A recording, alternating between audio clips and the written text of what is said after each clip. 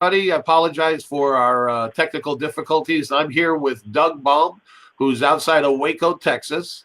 He is going to be talking about the U.S. camel experiment, where the United States went to the Middle East, basically bought a bunch of camels and brought them back to use through the Southwest for travel, basically carrying cargo and that type of stuff.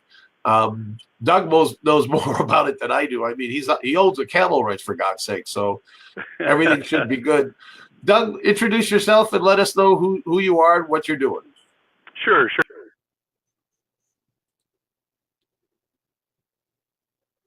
And we're Waco, Texas. Folks today probably know Waco most because of Sir Upper. Waco, Texas, and our family farm is here. 1999, and behind me you see three of our family's camels. We've got Richard, Gobi, and Shion. Turn things around. I can show you a little bit more. We've got brand new camel here in the distance, still as the aim. There's Booney here at the gate. He'd like to be a part of the show today. Then over at the hay bale, we've got 3 or 4 other camel family youngest camels. This little white one right here, that's just 3.5 years old. So in, I guess, many respects, our farm is probably like a lot of farms. We've got we've got horses, donkeys, chickens, but I guess part that would make it unique would be our camels. Right now we've got about 9, and I reckon the highest number of camels that we've ever had farmers, probably a dozen or 30 over the years. That's a good number. Do make my living with our family's camels. I travel history events, schools, libraries, museums, historical sites, pretty much anywhere that someone will blabber on and on about this very unique bit of 19th century history. We're talking about a period of time between the U.S. Civil War, 1950s. And when folks are looking west, the of our countrymen lived on. Of course, Spain had colonized California. California is soon to become a state at this time. But connecting those coasts, East Coast and the West, via rail wasn't yet in the cards. Now, Washington, D.C., and then, of course, folks in California desperately wanted continental rail. Simply hadn't happened yet, and there's quite a bit of between senators and representatives from the north and the south.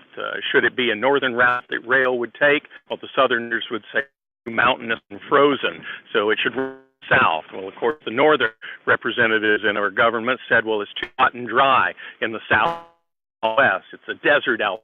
And really, through that discussion, the East Coast and West Coast comes what we now know, historians call, the U.S. Army Camel Experiment. It really in the mid-1850s, but the idea had been kicked around for 20 years or so. From 1836 on, we have military men and diplomat folks who serve abroad, really for the importation of camel. Not an uncommon thought, of course, in the deserts of North Africa, the Middle East, Malaysia, but perhaps to our own country of that time, and maybe even today, the idea of camel is a bit more of a novelty, thing kind of lighthearted. But the folks in those times, very, very serious about it. So serious that in 1805, the government appropriates $30,000 for the purchase of camel. It is probably my favorite legislation ever. Now, the fellow who made this all was the Secretary of War at that time. In our own modern time, we would know names like Mattis, Secretary of War, Rumsfeld, Panetta, names like that have occupied that same day as the Secretary of Defense. But in the 19th century, it was the Secretary of War. And under President Pierce, we had the Secretary of War, Mississippi. He'd been a colonel in America. And he really gained some clout and some importance when he rises up to that Secretary of War position and finally goes to Congress, gets this money appropriated. Again, folks have kind of kicked this idea around for some time. Until the Secretary of War on Pierce really puts his weight behind the idea. In 1855, we get that money appropriated to buy camels. Oh, the Secretary of War's name? Jefferson. John? Yes, I'm here. I'm here.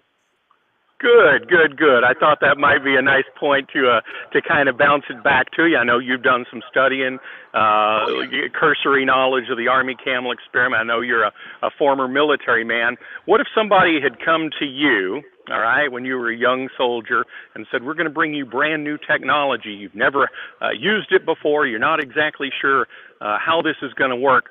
How would you have responded as a young soldier? I got other things to do. I was a cook. That's kind of a bad thing. The technology, unless you had some way of feeding the people without me doing the work, it didn't matter.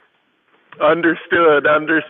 Well, you've got a wonderful response there. I got better things to do. And that's exactly what the soldiers of that day did. All right. So Jefferson Davis, of course, we're going to know him later on in life to become the president of the Confederate States of America. But he had a storied career as a patriot for the United States. Again, as a colonel in the Mexican-American War. This is for the U.S. Army. There was no Confederate States yet. He was a Mississippi senator. He'd been a representative in the House of Representatives, served our country well. During the Pierce administration from 53 to 57, he's our Secretary of War. He is his name and his clout that gets the appropriated for the camels. So we send a ship, a sailing ship. It's called the USS Supply. We send the USS Supply over to the Middle East and the Mediterranean, to countries today we would Tunisia, Egypt, Turkey. Really was the larger Ottoman Empire, though, in those days. And the USS Supply left really before the ink was even dry from this legislation. And Lieutenant David Dixon Porter from the U.S. Navy and Major Henry Constantine of the U.S. Army were basically in charge of the camel procurement. So they hit Asia, they hit Egypt, they hit. And in a trip that took 9 total from having left New York over to the Mediterranean and back to the Gulf Coast of Texas, 9 months, they've got camels on board. They're shopping, they're buying camels, they're trading. As they get a little more camel knowledge, they'll find one that they thought might have been good. And later on, they get a little more information. They say, no, this is not so good. They sell, they trade. But ultimately, on May 14th of 1856, the U.S. Army, with the USS Supply, lands just off the Gulf Coast of Texas with 41 camels. A couple had died en route, and a couple had been born. And in fact, the camel that had been on board the USS had been on board for 9 months. It was one of the first camels they bought in Tunisia. But they offload them there at Matagorda Bay, Indianola, Texas. Port Lavaca is the larger modern town today, but Indianola, and it was a thriving port city, like Galveston. It rivaled Galveston for all the commercial goods that came in and out. In fact, if you're of German descent and you came through Indianola, that is a part of your family's heritage. Indianola was important city back in the 19th century. Unfortunately, a couple of hurricanes in the latter 1800s obliterated it. Today, much a fishing village. But this wonderful, colorful, unique history of the U.S. Army Camel experiment, as far as U.S. soil is started right there in Indianola. Major Wayne allowed camels to acclimate to being back on land from May to really about July, about 3 months, and then moved them inland, and ultimately they take headquarters Camp Verde. That's Camp Verde, Texas, all right, not Fort Lee, Arizona, Camp Verde, Texas, along the Verde Creek near Kerrville, Texas. It was home to the 2nd Cavalry, and they end up calling that home for the next years, from 1856 to 1866. Now, astute viewers will half of that time, rests comfortably in a United States from 1850 to 1861. Civil War starts, and then we're going to have Confederate ownership of camels from 61 to 65 through the war years. But what were they doing to camels through this period? Were soldiers mounted, camelback brigades going out in the desert? No. Actually, the camel's job, their main job, was to haul supplies. The camels were simply another tool in the toolbox of the Army. There are a lot of myths surrounding the U.S. Army camel experiment. One of them is that camels were brought in to replace horses and mules. Not at all. That's crazy. In these days, the U.S. was still building our country.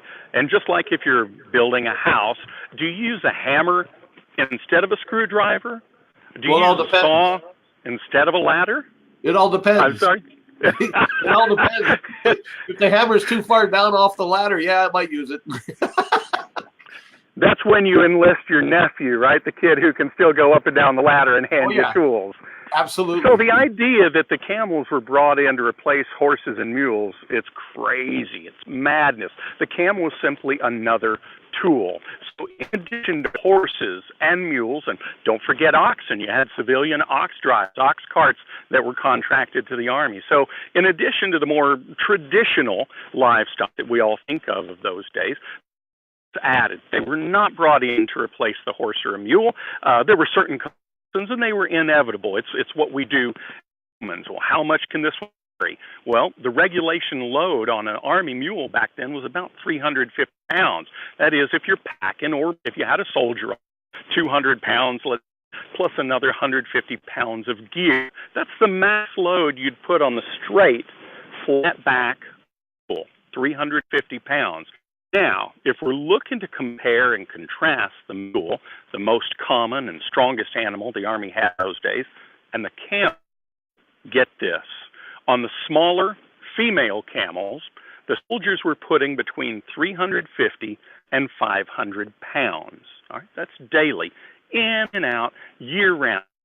Summer, doesn't matter. Larger male camels, like I've got behind me here, are packing daily in 500 and 750 pounds, fully double, and sometimes more than what you could put in a mule. So if folks are wanting to look to compare, that's certainly a great.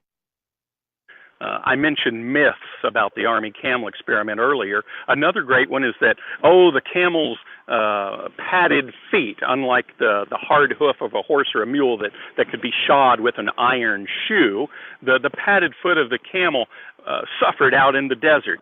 Not at all true.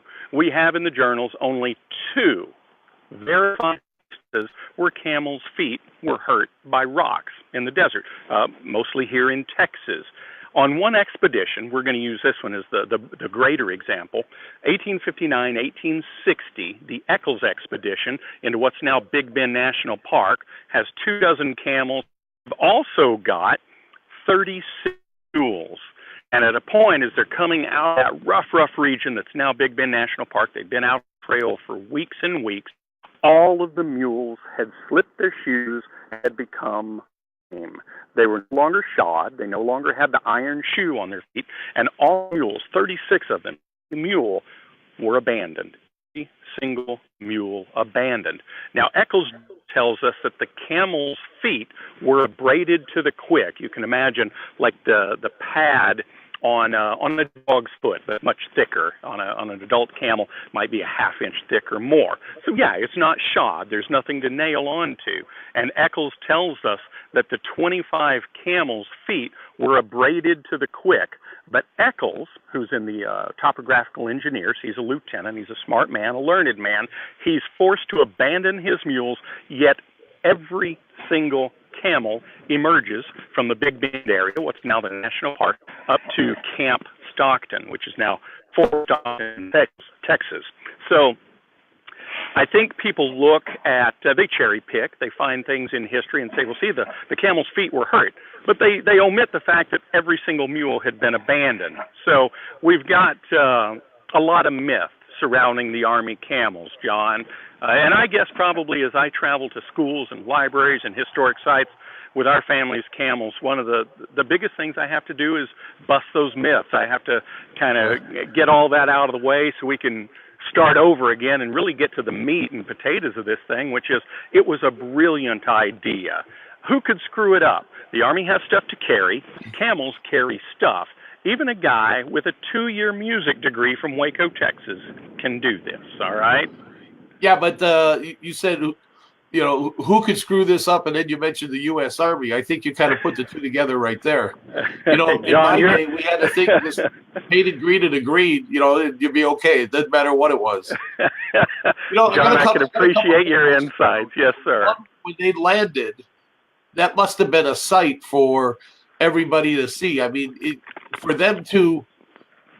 the population of the United States, especially in Texas at that time, to see 40-some 40-some camels come off a boat. Yeah. What the hell is going on? And then, John, you've hit the nail on the head. Town that they went through, I'm sure it freaked out the horses, the mules, in the population. Sure. Certainly in the beginning, horses and mules were spooked by the camels. That's what they do. They're horses, all right? Plastic bags and balloons and parades spook them. The truth is I have no idea how we have populated this planet as we did relying on horses, right? But the camels, meanwhile, they just kind of looked at the circus unfolding around them and had that what me worry look on their faces.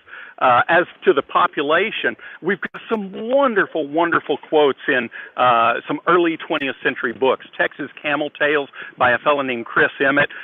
He actually interviews some of the population, folks who were in Indianola when the camels were unloaded, and folks with German surnames, not surprisingly, Hispanic surnames, African Americans who were living in the area. It's got some wonderful quotes. One of them, of course, comes from an immigrant gal. She's probably at the time in the 1850s when the camels were unloaded. She was a young girl, 6, 8, 10, something like this, and she said she'd never seen anything like it. Of course, you have to understand, some of those camels had been on board ship from between 3 months and 9 months, rocking on below deck on this ship. And so when their feet finally hit terra firma, Major Wayne even mentions in his journals that their legs kicked up, they broke their halter, their bridles, and they were rejoicing at this is his quote, the liberty of the soil.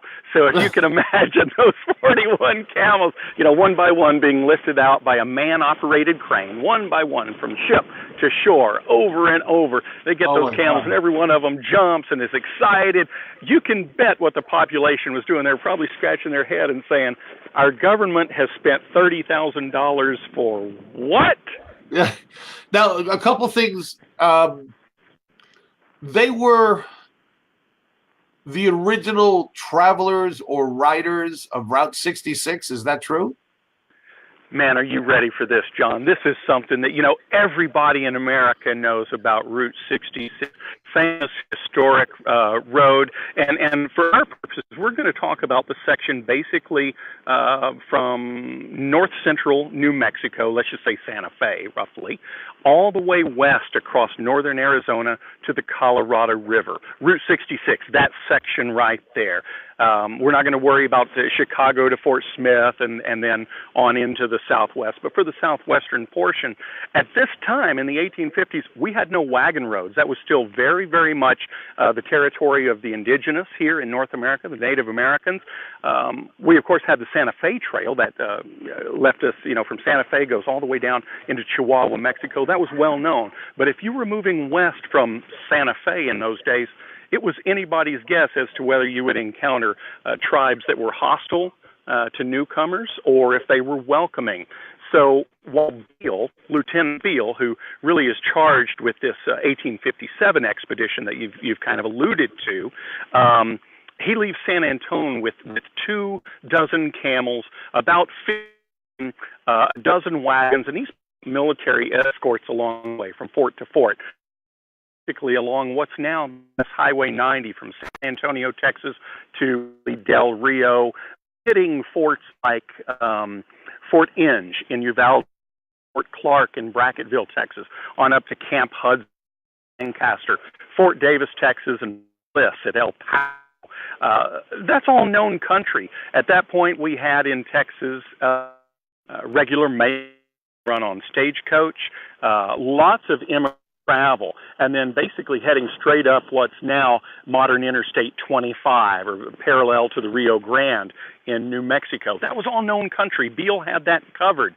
But as he starts making his way west, from roughly Albuquerque, between Albuquerque and Santa Fe, he starts making his way west. This is unknown territory. And he had been tasked, he had been charged by the president to create a wagon road along what was called the 35th parallel. And yes, that turns into Route 66.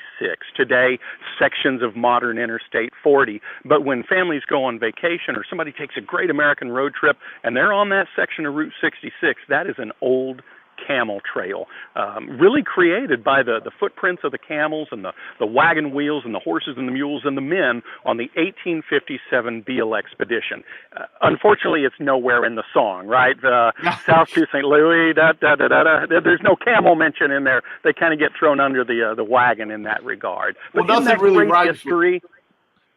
rhymes with camel. True. I'm going to start working on that, though, with my 2-year music degree. Okay. Hey, by the way, is there any way we could be introduced to one of the camels? I'd love to do that. I'm going to bring the camera a little closer, introduce you. We've got 3 of them here under the barn, and tell you what, we'll introduce you to this guy right here. This is Rich. John, I'm just going to check with you. Can you still see that camel in the name? Can you see him from yes, his head and his neck there? Everything's perfect. All righty. So this is Richard. Richard is our second oldest camel. He's 22 years old. He's an Arabian camel. That's the one-hump variety. There are 2 species of camel in the world. You have the Arabian camel with one hump. You might be able to see his one hump. And there is the Bactrian camel, which is the 2-hump variety. I've got 2 of them here under the barn. That's Gobi standing up, and there's Shion kneeling down. So those are the 2 species of camel, Arabian and Bactrian. You find them in 2 different parts of the world, all right? That's really important. And the U.S. Army was using both kinds, Arabian and Bactrian. The Arabian camel is the more common one in the world. There are about 15 million of them, and they live everywhere that most folks generally think about camels. The Sahara Desert, the Middle East, and the Christian and Jewish and Muslim holy lands, even parts of Asia on into Pakistan and India, you'd find the Arabian camel. Now, the Bactrian camel, the 2-hump variety, is a little less common. They're not rare. They just simply have a much smaller natural range. They live in places like China and Mongolia and even far-flung places that almost all Indians stand, all right? Turkmenistan, Tajikistan, Kazakhstan. That is their true homeland of the Bactrian camel. So you've got the 2-hump variety and the 1-hump variety, and the U.S. Army experiment with camels of the 1850s used both kinds. Remember I mentioned they were camel shopping in Turkey. When they got to Turkey, which is really the southwestern-most range of the Bactrian camel, they were actually able to buy a few of those. So when they came back to the U.S. and unloaded down at Indianola, unloaded all the camels, they had quite a variety, not just in species, 1-hump and 2-hump, but also in breeds. If you can appreciate that there are multiple breeds of cattle, right? We have Longhorns, we have Hereford, we have Guernseys and Jerseys, many breeds of cattle. They're all cattle, but they're different breeds that have been manipulated and kind of engineered by man over time. Well, so it's true of camels. So in the Arabian camel world, you've really got about 50 different breeds. Some of them are tall, some of them are short, some of them have long noses, some have short noses, some have long ears, some have wide chest, just like the variety you would see in horses or cattle or dogs you might see in camels. Again, about 1 different breeds of Arabian camel across the world. Now, the Bactrian, again, it's got a much smaller range. They live in Central Asia. So there are only about a dozen breeds of Bactrian camel. Of course, they're all going to have 2 humps, but some are long and very tall, kind of narrow. Some are short and squatty, but you find them again in Tajikistan, Turkmenistan. There's actually a very small remnant population of Bactrian camels in India, in a province called Ladakh. There are about 250 there that have been left over from historic trade through the old Silk Route 1,000 plus years ago.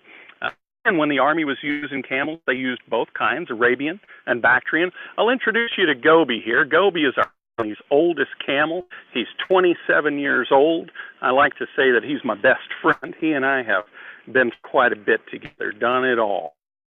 Here's Gobi. Hey, big guy. Gobi is 27. I mentioned he's our family's oldest camel. And a lot of, I guess, misperceptions about camels more than anything.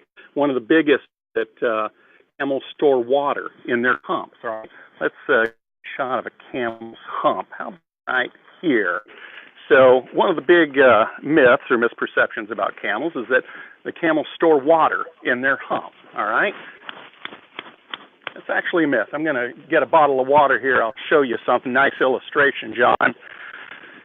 It's interesting when we visit schools, it's one of the biggest questions is how much water can they hold in their hump? And I always tell people none, zero. They don't hold water in their hump. They put it in their belly, just like you and I do. They drink it, goes in our mouth, down our throat, into our stomach. So what then is inside the hump? If it's not water, you're going to like this. It's fat. And the great thing about being an animal is that they don't get fat here, like some of us do, or back here, some of us do, or maybe under our chin, like some of us do at some point in our lives. Really, the only fat they get on their body is right here in their hump. One hump if it's an Arabian camel, two humps if it's a Bactrian camel. And again, the Army used both kinds, Arabian and Bactrians. They just wanted to see which varieties were going to be best, were going to be most suited to life in America, and they found that they all did equally well. They didn't have any significant deaths of camels after arriving here in the U.S. In fact, Major Wayne, who had been really in charge of the camels on board ship, and once they got to, he said if we had imported a similar number of horses, he would have expected there to be a lot higher mortality rate and a lot harder time acclimating to a new environment. So it really, really kind of talks to the hardy nature and adaptive nature, adaptability of the camel. And that shouldn't be a surprise. They come from a really, really rough environment across the camel realm. It's tough country, and they can't be weak. They can't be sickly. They have got to be able to adapt easily and well.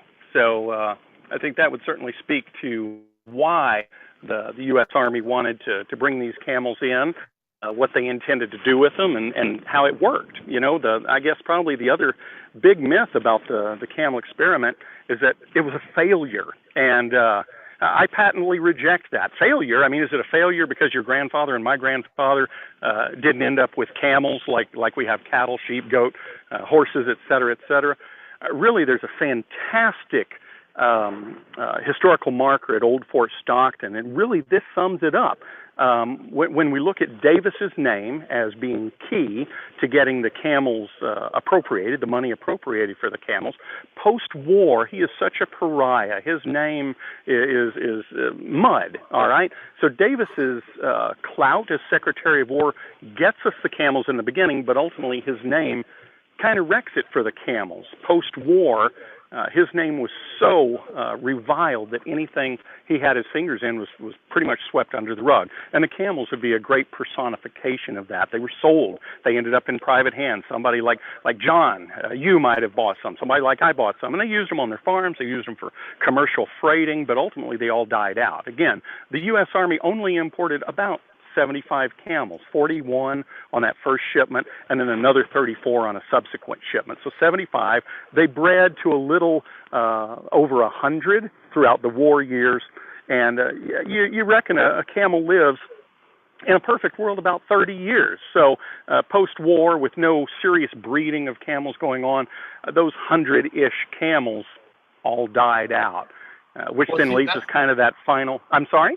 Well, that's one of the things I wanted to bring up because there have been reports of camels being seen as late as the mid 30s and up until I think the last thing I read about them was around 1950. And I question that. Even today, I've got people saying, oh, I saw a camel out in the desert. And I said, well, that has to be somebody who may have owned a camel today, Absolutely. as opposed to being one of the original camels from the 1800s, because they don't live that long. No, they live to be 30, and really, we have two great examples that we can look toward, John.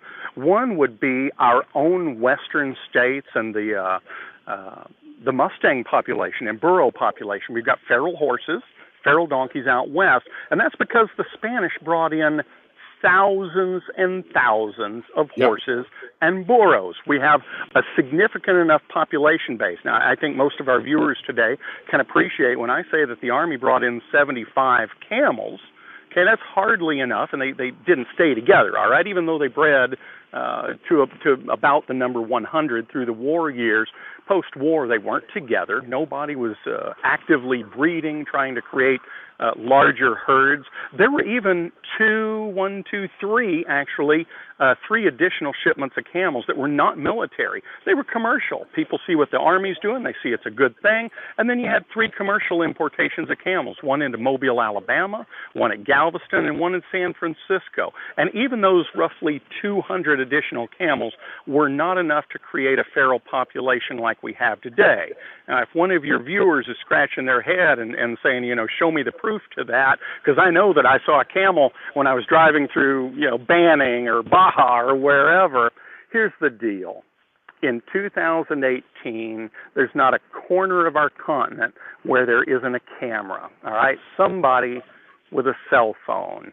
If there were feral camels today, we'd be seeing it. Now, I think like you referenced, somebody sees a camel. A quick spoiler alert, there are about 5,000 camels in the U.S. There are folks who could drive by my farm, not realize the population of camels in America today, and think that these camels they see as they pass by my farm, oh, they must be descendants of the old Army camels. I wish they were, but they're not. I know exactly whose mom and dad these are, where they came from, when they came into the U.S., and when I say 5,000 camels, that's not some kind of crazy number like you say, a gazillion. I mean that there are pretty verifiably about 5,000 camels in the U.S. Now, that may sound like a lot, but when you consider in this county that I live in, Bosque County, there are probably, oh my gosh, there's more than 5,000 cattle in my one county, okay? So 5,000 camels spread hither and yon across the U.S. I've got friends with camels in Maine and Florida, Washington State, California, all across the Midwest, the South. There are camels all over the U.S., in varying herd sizes. Sure. But, if I wish one thing could be true about all this myth, it would be that there are, in fact, feral camels running around out west, because I can tell you what I paid for these guys. And if you told me there are free ones out there that I can just grab, I would go do that. That's what happened in Australia. At the same time that our military was importing camels here, Australia was doing the same thing. This wasn't a government program. It was commercial. But they imported in Australia between 1840 and 1900 10,000 camels. Whoa. Now, by the early part of the 20th century, with mechanization, with trains, and by the 1950s, roads and vehicle traffic across the outback, those camels in Australia no longer had work, and they were simply set free. That's one of the big myths about the Army camel experiment. Is post-war, the Army simply let them free. It didn't happen. It couldn't have happened. This was Army, this was military property, government property, and no more than we are withdrawing from Iraq or Afghanistan and just leaving Humvees with the tank full and the keys in it. We may sell that material, that surplus, to these local militaries, to these local governments. But we're not just giving that stuff away. So the Army camels weren't simply left to fend for themselves. That didn't happen either. We know who bought them, where they went, what they did with them, and most importantly, like you pointed out, John, we know how long they live. 30 years max. And by that time, they're done. And we had such a small population. So the next question I want to cover, and this will probably be the last part of it, is the camels. We talk about the camels and who and what they were, but when the camels were imported to the States, they came with people as well, correct? They did, yeah. If you can appreciate that in those, pre-technology times, there was no operating manual or no, online guide to the care and feeding of your new camel. So, yeah, involved with the camels was a group on both shipments of ultimately about a dozen native drivers, folks who lived in the larger Ottoman Empire. So, in turn, they could have been Greek, ethnically Greek. They could have been Arab. They could have been Turkish. But again, the larger empire of that day encompassed so much of North Africa and the Mediterranean on through what we call the Levant, all right, modern Palestine, Israel, Syria, Lebanon, Turkey, of course. So various ethnic groups over the years have kind of looked at these different characters who were involved with the camels. They said, well, he was Turkish, or he was Arab, or he was Greek, or what have you. But we know from the larger Ottoman Empire, one of them who probably becomes the most famous known was a fella who was half Greek, half Syrian. Syria was a larger political construct of those days, geopolitical construct. Today, Syria is a much smaller thing, but it's very likely he came from a small village in the north of Jordan, along the Jordan River Valley, and his name was Felipe Teodoro, or Philip Tedro. That was his birth name, but he accepts his father's faith of Islam, and he makes the pilgrimage to Mecca, and he takes on a Muslim name, and he calls himself Haji, that is the pilgrim, all right? Hajj is the pilgrimage, so he calls himself Haji, and then he uses the Islamic name Ali. So his name is Haji Ali. But as he introduces himself to his new American co-workers, he's brought in to help teach them how to work with camels. As he says his name with an Arabic accent, Hajali, the soldiers hear Hi Jolly, and they begin to call him Hi Jolly. We even have a wonderful folk song from the 1960s about Hi Jolly. In Quartzsite, Arizona, where Haji Ali or Hi Jolly dies in 1902, an Arizona Department of Transportation worker built a tomb for him. He'd had a very simple grave. This worker, had known about his history. So in the 1930s, he builds a pyramid with a steel camel on top. You can visit that today. That is the final resting place of Hi Jolly. He's probably the most well-known of all those camel drivers. But there were many, many others. Again, Greek, Turk, Arab. One fellow makes off for Mexico. When he lands in Texas, he says he's done his job. He's helped get the camels here. And he heads south. He goes to Mexico. And he's a Turkish fellow. And he ends up marrying a Indian girl. All right? They have a son who grows up to be, in the 1920s, the president of Mexico. Oh my Aren't God. these camel connections far-reaching and insane? They called this president, in fact, in the 1920s, because of his father's lineage, they called him El Turco. For the Turk? Yeah. Yeah, exactly. So really, when we look at those connections, we look at Beale's 1857 expedition route across northern Arizona, creating what is modern Route 66. I stand here firmly believing that the camels have an incredibly important place in American history, and I utterly love sharing this history with folks. I remember the first time I ever told this story in public with one of our camels, folks just looked at me dumbfounded, like I'd grown a third eye.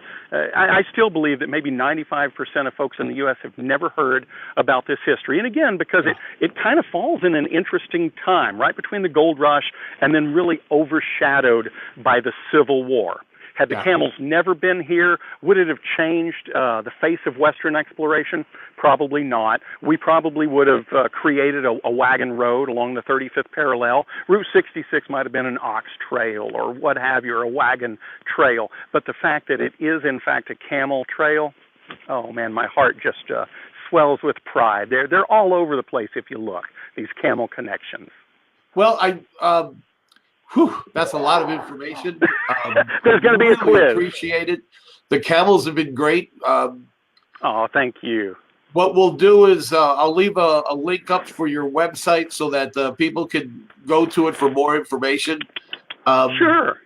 I just really want to say thank you, Doug. This was great. hopefully we can do something again later. Oh, it's truly my pleasure. I think the camels have been awesome. I think you've been awesome. I really appreciate everything. And I hope you enjoy the Texas heat. You know what? Today is only in the low 90s. This is an easy day for us, partner. We've had over 100 this summer than normal. Yeah, us that partake in the desert have seen it up to 110, 115 out here just as bad. Oh, yeah. for sure. Yeah. Well, we know those summer days, and it's in Texas. It's just a normal thing for us. All right, Doug. I'm gonna take. We're gonna take off at this point. Looks like you're going downtown with your camel. And, yes, sir. Headed out. We'll talk to you later. Thanks again. Thanks a lot, John. Once again, everybody, thank you. Please tell your friends, neighbors, and others. Like, share, and do anything you like with it. We really want to get the word out. This is our third show, and it's going pretty strong. So let's keep it up. I thank you very much for sticking with the show today. I know the reception wasn't as great as we thought. We did our best in the beginning. It is what it is, but we'll get better as we go along. Once again, thank you much, and have a good one.